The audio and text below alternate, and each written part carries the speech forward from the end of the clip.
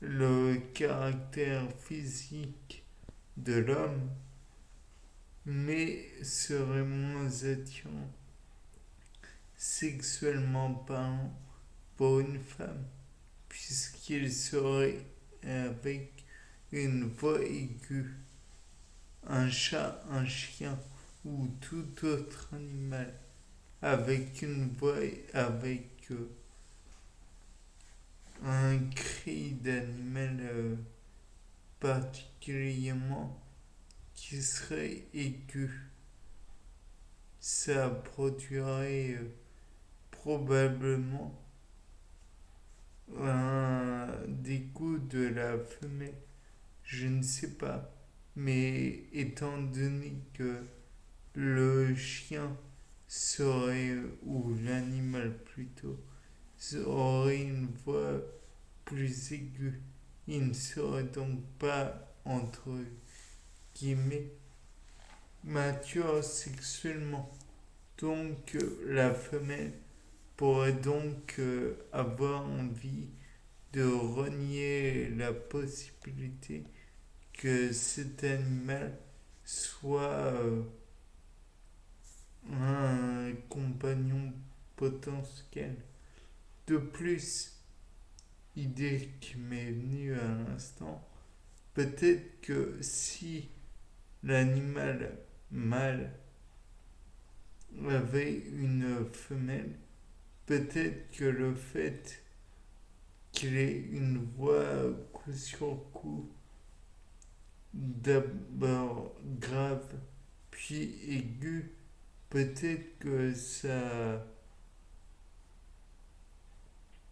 donnerait à la femelle un dégoût profond et donc le répudierait, le, oui, le répudier, si tant est que les animaux sont monogames.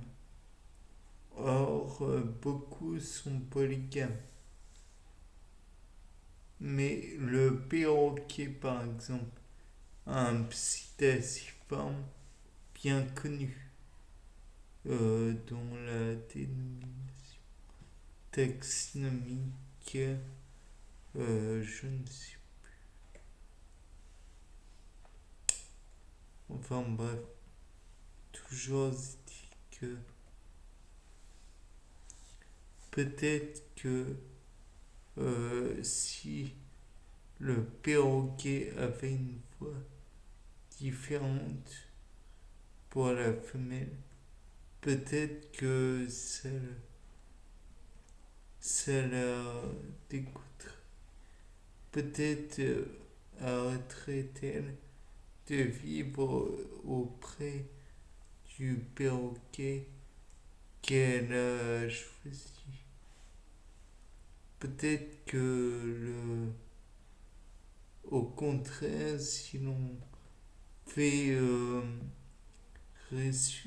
respirer des fumées rendant la voix de l'animal plus grave, peut-être que ça le rendrait entre guillemets plus attirant auprès des femelles. Peut-être que même un perroquet ou un autre animal, je suis resté sur les perroquets, immatures sexuellement, qui a respiré donc cette fumée si rendant la voix grave, peut-être que ça pourrait attirer plus facilement les femelles.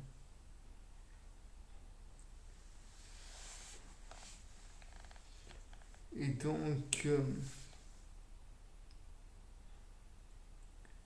peut-être que enfin, peut-être que les voix en question pourraient être totalement déformé par les cases et donc donner des informations erronées quant à l'âge de l'animal considéré. Bien, c'était Paul Dame pour un nouveau sapin en sucette.